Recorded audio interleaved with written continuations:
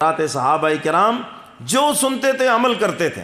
حضور منبر پہ بیٹھے ہیں، خطبہ ارشاد فرما رہے ہیں، کچھ صحابہ کھڑے ہیں، کچھ بیٹھے ہیں، کوئی باہر ہے۔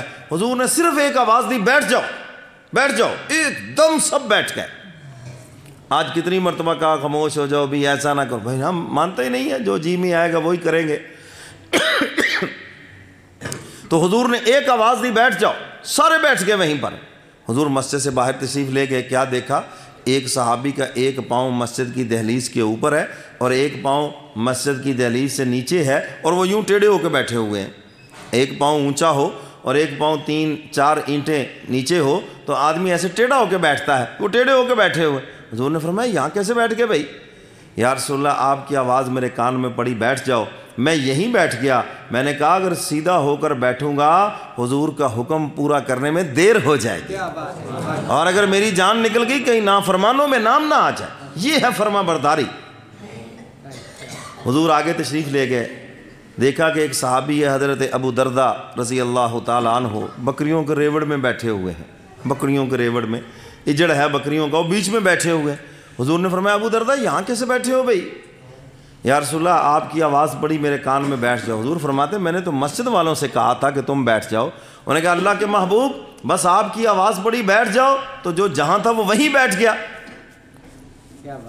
اور اس پر کہا نا کہ درد مندوں سے نہ پوچھ کہ کہاں بیٹھ گئے، درد مندوں سے نہ پوچھ کہ کہاں بیٹھ گئے، تیری محفل میں غنیمت ہے جہاں بیٹھ گئے۔ ہے عرض دید سے یہاں کام تکلف سے نہیں، خواہ ادھر بیٹھ گئے خواہ ادھر بیٹھ گئے۔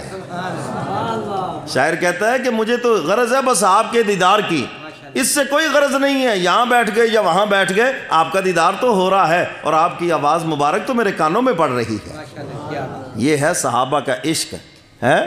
ہم تو یہی کہتے ہیں بس وہ اگلے نو کیا ہوئے گا، بھائی جو آپا تو پچھلے ہیں نا جی، آپا کھلوتے رہیے بے شک۔ کیوں جی ایسے ہے یہ نہیں؟ تو حضرات صحابہ کرام نے ایسے اتباع کر کے دکھائی۔ اچھا حضور علیہ الصلوۃ والسلام نے غزوہ تبوک کے موقع پر اعلان فرما دیا کہ جنگ کی تیاری کرو، اور اس کے لیے مجھے نوجوان بھی چاہیے اور اس کے لیے ساز و سامان بھی چاہیے۔ اچھا بڑے بڑے صحابہ تو بڑا مال لے آئے۔ اب میں ایک صحابی کا واقعہ سناتا ہوں جو تازہ تازہ مکہ سے ہجرت کر کے مدینہ آئے تھے، اور مزے کی بات یہ کہ صرف ایک لنگی تھی، ایک چادر تھی جس سے اپنا ننگیز ڈھانپا ہوا، اوپر پہننے کے لیے کوئی قمیض بھی نہیں تھی۔ اب حضور کی آواز پڑی کان میں ہے تو انہوں نے کیا کیا، ساری رات یہودی کے ایک باغ کو پانی دیتے رہے، کھجوروں کا باغ تھا، اس کو پانی دیتے رہے، تو صبح کو اجرت کے اندر 2 کلو کھجوریں یا 2 کلو چھوارے ان کو ملے، اور وہ لے کر حضور کی خدمت میں آ رہے ہیں۔ جبریل امین آئے اور عرض کرتے ہیں اللہ کے محبوب آپ کا یہ نوکر، آپ کا یہ غلام ساری رات آپ کے لیے مزدوری کرتا رہا، اور صبح کو یہ 2 کلو چھوارے ان کو ملے ہیں اور وہ آپ کی خدمت میں لے کے آ رہے ہیں۔ حضور علیہ الصلوۃ والسلام نے سینے سے لگایا اور ان کو قبول فرمایا، فرمایا ان چھواروں میں اتنی برکت ہے کہ اس کو پورے مال کے اوپر بکھیر دیا جائے۔ ہمارے ہاں تو یہ لوگ سمجھتے ہیں کہ بس مدرسے کے لیے زکوٰۃ عشر امیروں نے دینا ہے، ہماری تو چھٹی ہے پکی پکی، ہم نے تو دینا ہی کچھ نہیں ہے۔ یہ دیکھو یہ غریب صحابی، ایسا کوئی بندہ ہے کہ جس کے پاس پہننے کے لیے لباس تک نہ ہو؟ ایسا کوئی بندہ ہے آج؟ کوئی بھی نہیں ہے جی۔ اتنے غریب صحابی، لیکن دیکھو جتنی ہمت تھی لا کے دے دیا۔ تو غریب سمجھتے کہ ہم نے دینا ہی کچھ نہیں ہے۔ بھئی اللہ کے ہاں قلت کثرت کوئی معیار نہیں ہے، اللہ تو یہ دیکھتے ہیں کہ اس نے جو 10 روپے میری محبت میں خلوص کے ساتھ دیے ہیں، اللہ کروڑ دینے والے سے بھی اس کو زیادہ ثواب عطا کرتے ہیں۔ سمجھ آئیے نا بات؟ تو اس لیے دل چھوٹا نہ کریں، اللہ کے ہاں خلوص دیکھا جاتا ہے، محبت دیکھی جاتی ہے، کس جذبے سے اور کس محبت سے دیا ہے۔ بس اگر زیادہ دینے والے کے خلوص میں کمی ہے اور تھوڑے دینے والے کا خلوص زیادہ ہے تو ثواب اس تھوڑے دینے والے کو اللہ عطا فرمائے گا۔ تو حضرات صحابہ کرام ایسے فرما برداری کرتے تھے۔ یہ نہیں کہا کہ یا رسول اللہ میرے پاس تو بھائی کچھ نہیں، میں تو ہجرت کر کے آیا ہوں اور میرے تو پاس ایک چادر ہے صرف، اور میں کس طرح یہاں پہ کچھ خرچ کروں؟ نہیں، جو ہو سکا جتنی ہمت ہوئی اور جو کچھ ملا لا کے حضور کے قدموں میں رکھ دیا۔ ایک صحابیہ کے بارے میں آتا ہے جی، جب حضور نے اعلان فرمایا تو گھر میں کچھ نہیں، اب سر کے بال کاٹ لیے، وہ کاٹ کے لے، حضور نے فرمایا یہ بالوں کو کیا کروں گا؟ اللہ کے محبوب جس صحابی کی سواری کے لیے نکیل نہ ہو، رسی نہ ہو، یہ میرے بالوں کو بٹ کر اس کی رسی بنا لی جائے اور اس کی نکیل بن جائے تاکہ جہاد فنڈ میں میرا بھی حصہ ہو جائے۔ یہ ہے جذبہ حضرات صحابہ کرام کا، یعنی فرما برداری کر کے دکھائی۔ جو کچھ بھی پاس تھا، جی دودھ پیتا بچہ خاتون لے، حضور نے فرمایا اس کو کیا کرو؟ انہوں نے کہا یا رسول اللہ، نہ تو میرا شوہر زندہ ہے اور نہ ہی میرا کوئی جوان بیٹا ہے، نہ ہی کوئی میرا بھائی ہے، نہ باپ ہے، تو ایک مرحوم شوہر کی نشانی موجود ہے۔ آپ کی آواز دل نواز جب میرے آنگن میں گونجی، پہنچی میرے کانوں میں، تو میں نے چاروں طرف نظر دوڑائی، کوئی چیز نہ تھی، تو یہ دودھ پیتا بچہ اٹھا کے لے آئی ہوں۔ حضور نے فرمایا میں اس کو کیا کروں، مجھے تو نوجوان چاہیے۔ عرض کیا اللہ کے محبوب، جس صحابی کے پاس تلوار کا وار روکنے کے لیے ڈھال نہ ہو، بطور ڈھال کے میرا بچہ دے دیا جائے، میرا بچہ شہید ہو جائے گا، کل قیامت کے دن محشر کے میدان میں میں بھی اپنا سر فخر سے بلند کر کے کہوں گی کہ میں بھی ایک شہید کی اماں ہوں۔ حضور علیہ الصلوۃ والسلام نے ہاتھوں میں لیا اور اس سے پیار کیا، چوما اور پھر واپس اس کو دے دیا۔ فرمایا جب بڑا ہوگا تو پھر اس کو میدان جہاد میں بھیجنا۔ تو صحابہ کا جذبہ دیکھیں کیسا ہے۔ حضرت جریر بن عبداللہ رضی اللہ تعالیٰ عنہ یہ صحابی رسول ہیں اور بڑے خوبصورت تھے۔ حضور علیہ الصلوۃ والسلام سے آپ کے ہاتھ پر اسلام قبول کیا اور آپ سے بیعت ہوئے۔ حضور علیہ الصلوۃ والسلام نے بیعت میں ایک اضافی شرط لگائی۔ بہت سے لوگ پوچھتے ہیں جی بیعت ہونا ضروری ہے؟ بیعت ہونا سنت ہے۔ تمام کے تمام صحابہ حضور سے بیعت تھے اور حضور علیہ الصلوۃ والسلام کے ہاتھ پر انہوں نے بیعت کی۔ تو حضور نے دنیا سے پردہ فرمانا 40 دن پہلے، حضور کے دنیا چھوڑنے سے 40 دن پہلے حضرت جریر بن عبداللہ مسلمان ہوئے اور حضور نے ان کو بیعت فرمایا۔ تو ایک اضافی شرط لگائی۔ کیا شرط لگائی؟ کہ عبداللہ جریر، آج کے بعد جو بھی کوئی تمہیں ملے تم نے اس کو ایک نصیحت کرنی ہے۔ کیا کرنی ہے؟ ایک نصیحت، کیونکہ یہ بہت خوبصورت ہے اور خوبصورت آدمی کی بات آدمی دل سے قبول کرتا ہے۔ تو حضور نے حکم دے دیا، اب ساری زندگی اس پہ عمل کیا۔ لوگ کہتے آپ تو صبح نصیحت فرما چکے ہیں، کوئی کہتا کہ آپ نے تو ابھی مجھے نصیحت فرمائی ہے، تو وہ آگے سے جواب دیتے مجھے حضور کا حکم ہی یہ ہے کہ تم نے نصیحت کرنی ہے، اور ساری زندگی اس پہ عمل کیا، نصیحت فرمائی کہ مجھے حضور نے حکم دیا ہے۔ تو میرے محترم سامعین، یہ صحابہ کرام کے جو واقعات میں نے آپ حضرات کے سامنے رکھے ہیں، اس لیے رکھے ہیں تاکہ ہمارے اندر بھی حضور کی اطاعت کا ایسا ہی جذبہ پیدا ہو جائے۔ صحابہ کی اطاعت کے واقعات تو اور بھی بے شمار ہیں، بس ایک واقعہ سنا کے بات کو سمیٹنے کی طرف آتا ہوں۔ غزوہ احد کے موقع پر حضور نے صحابہ سے فرمایا بھی 50 صحابہ تم نے اس درے پہ کھڑا ہونا ہے، اللہ سب کو مدینہ لے جائے، اور وہ احد پہاڑ کا وہ حصہ آج بھی موجود ہے، وہ درہ موجود ہے۔ حضور نے فرمایا تھا تم نے اس کو نہیں چھوڑنا، ہمیں فتح ہو یا شکست تم نے یہاں پہ کھڑے ہونا ہے۔ اللہ تعالیٰ نے فتح عطا فرمائی۔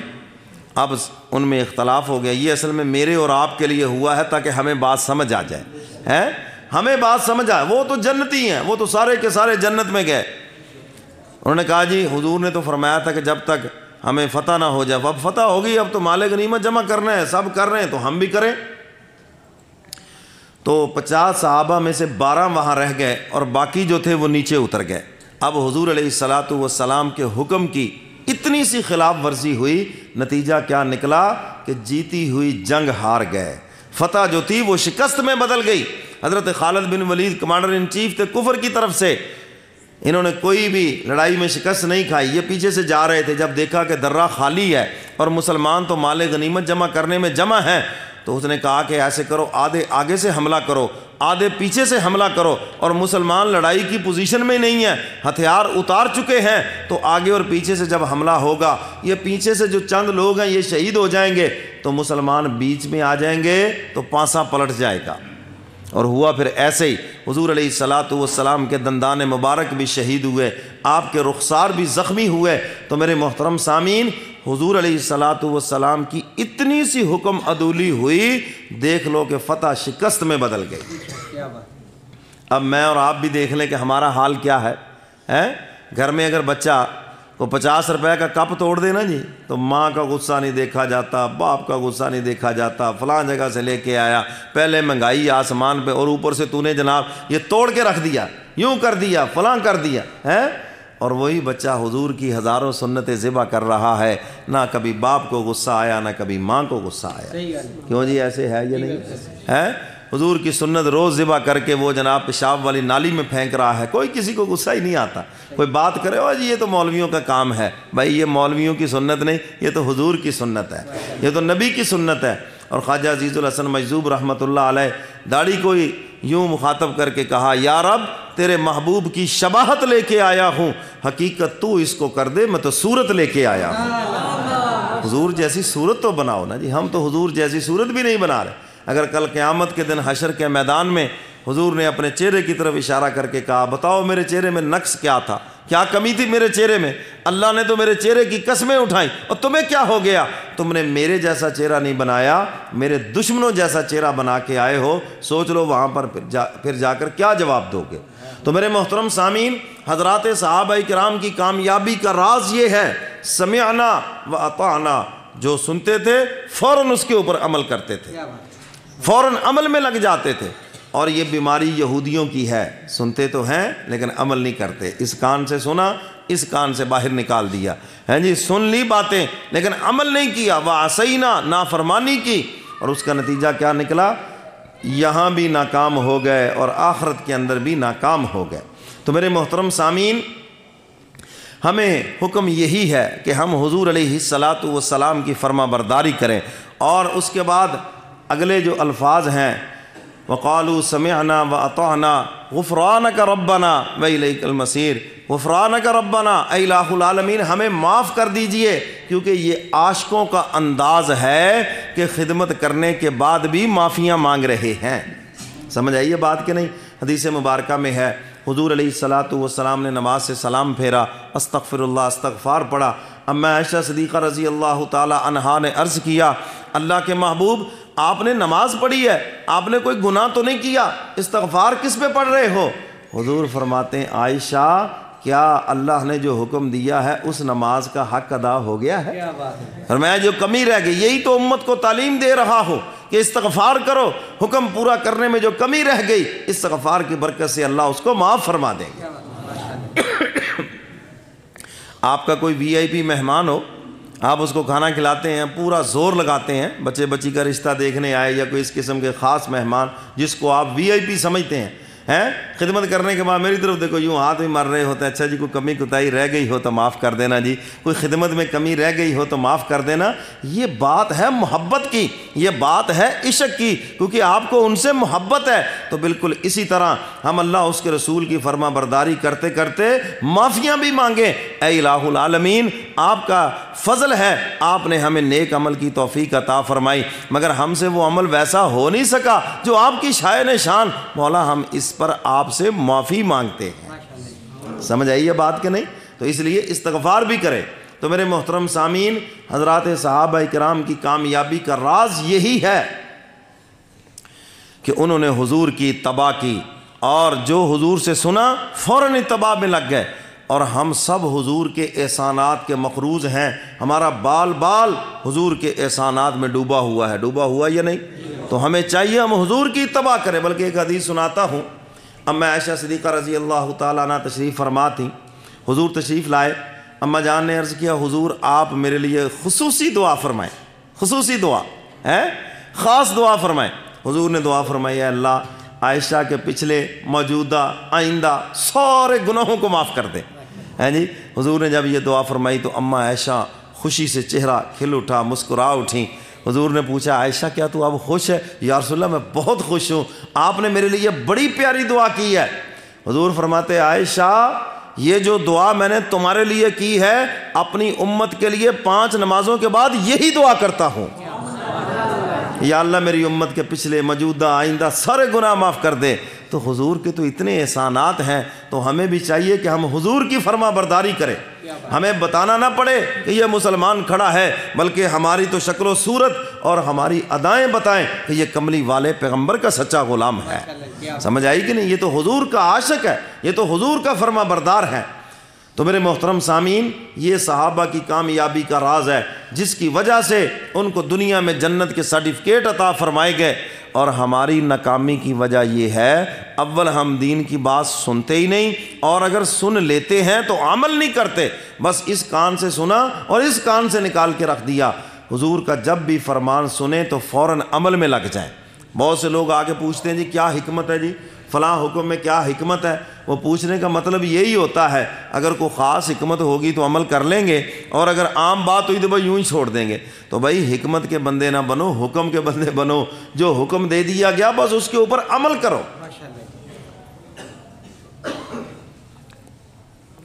چند دنوں کے بعد رمضان المبارک کا بابرکت مہینہ شروع ہونے والا ہے، بس اس کے متعلق دو چار باتیں عرض کر کے دعا کراتا ہوں۔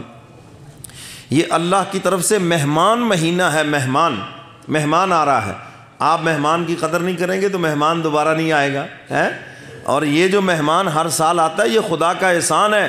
سیدنا علی مرتضیٰ رضی اللہ تعالیٰ عنہ فرماتے ہیں، جس کا مفہوم فرمایا اگر قبر والوں کو زندگی مل جائے، قبر والوں کو ایک لمحے کے لیے دنیا میں بھیج دیا جائے تو یہی تمنا کریں گے ہمیں رمضان کا مہینہ دے دیا جائے۔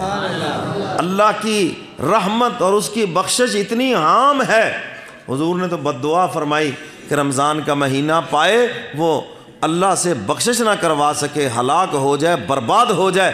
آج لوگ فقیروں کی، پیروں کی بد دعا سے ڈرتے ہیں، حضور جو سب سے بڑے ہیں، حضور بد دعا فرما رکھے ہیں وہ ہلاک ہو جائے، برباد ہو جائے جو رمضان کا مہینہ پائے اور پھر اللہ سے اپنی بخشش نہ کروا سکے۔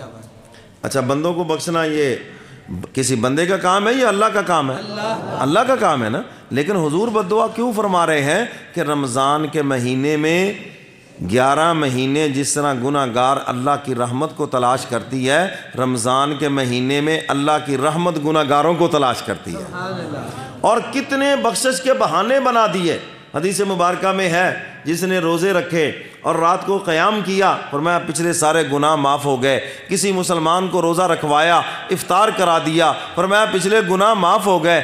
تو جب اتنی بخشش عام ہے اور اگر کسی نے یہ کام نہ کیے تو بتاؤ اس سے بڑا پھر بدقسمت کون ہوگا؟ تو رمضان کے مہینے میں قرآن کی تلاوت کریں، اپنا جو روزہ ہے وہ قرآن کی تلاوت میں گزاریں، بجائے اس کے کہ روزہ رکھ کے سارا دن فیس بک کھول کے بیٹھے رہیں آپ، ہیں؟ روزہ رکھ کر سارا دن سوشل میڈیا پہ لگے رہے، روزہ رکھ کر سارا دن جناب کیبل چلا کے بیٹھے رہیں، تو پھر روزہ کیا ہوا؟ اللہ کے محبوب فرماتے ہیں جس کا مفہوم کتنے روزہ دار ایسے ہیں جن کو سوائے بھوک اور پیاس کے کچھ بھی نہیں ملتا۔ بھوک پیاس تو ملی لیکن ثواب کوئی نہ ملا، کیونکہ روزے کی روح ہی ختم کر دی۔ تو اس لیے میرے محترم سامعین، روزہ رکھ کر قرآن کی تلاوت کریں، روزہ رکھ کر ذکر اذکار کریں، عبادات کریں، سو جائیں۔ زیادہ سے زیادہ اگر آپ نئی عبادات کر سکتے تو سو جائیں، کم از کم گناہوں سے تو بچیں گے نا۔ اور اسی طرح اپنے جو دکان کے ملازمت کے اوقات ہیں اس کو ذرا کم کریں تاکہ روزہ آسان ہو جائے۔ اپنے ملازموں کے اوپر بھی نرمی کر دیں جو روزہ رکھتے ہیں، تاکہ وہ بھی آسانی سے اس فریضے کو ادا کر لیں۔ تو اسی طرح رمضان میں تراویح پڑھیں، ہیں جی، روزہ بھی رکھیں اور گناہوں سے بچنے کی کوشش بھی کریں، پوری کوشش کریں گے نا جی؟ اللہ اکبر۔ تو میرے محترم سامعین، رمضان کے مہینے میں انشاءاللہ العزیز آخری عشرے میں یہاں پر پھر بیان ہوگا، اس کی تاریخ تو پھر بعد میں ہی طے کریں گے۔ ختم قرآن کی تقریب یا تو 21 رمضان کی 21ویں رات ہوگی، اور ملت مسجد کے اندر انشاءاللہ العزیز حسب سابق 29ویں کی رات ہوگی۔ تو باقی رمضان کے مہینے میں فجر کے بعد انشاءاللہ العزیز ملت مسجد میں جتنے دن میں یہاں رہا، 15-20 دن تو ہوتا ہوں، تو فجر کے بعد وہاں پہ درس ہوگا، درس حدیث۔ تو جو یہاں شہر کے افراد ہیں وہ اس سے فائدہ اٹھائیں۔ تو یہ ہمارا جو ماہانہ پروگرام ہے، انشاءاللہ العزیز پھر عید کے بعد اس کی تاریخ کا تعین کیا جائے گا، پھر آپ کو بتائیں گے۔ اور آخری گزارش، رمضان کے مہینے میں زیادہ تر لوگ زکوٰۃ دیتے ہیں، جی، عشر بھی دیتے ہیں، صدقہ خیرات بھی دیتے ہیں۔ تو یہ مدرسہ مدینۃ العلم آپ کا مدرسہ ہے، اس مدرسے کو بھی یاد رکھنا۔ بس اس سے زیادہ ہم آپ سے کچھ نہیں کہیں گے، اس مدرسے کو بھی یاد رکھنا، یہ آپ کا اپنا مدرسہ ہے۔ اللہ تعالی ہم سب کو قرآن و سنت پہ عمل کی توفیق عطا فرمائے۔ وآخر دعوانا ان الحمد للہ رب العالمین۔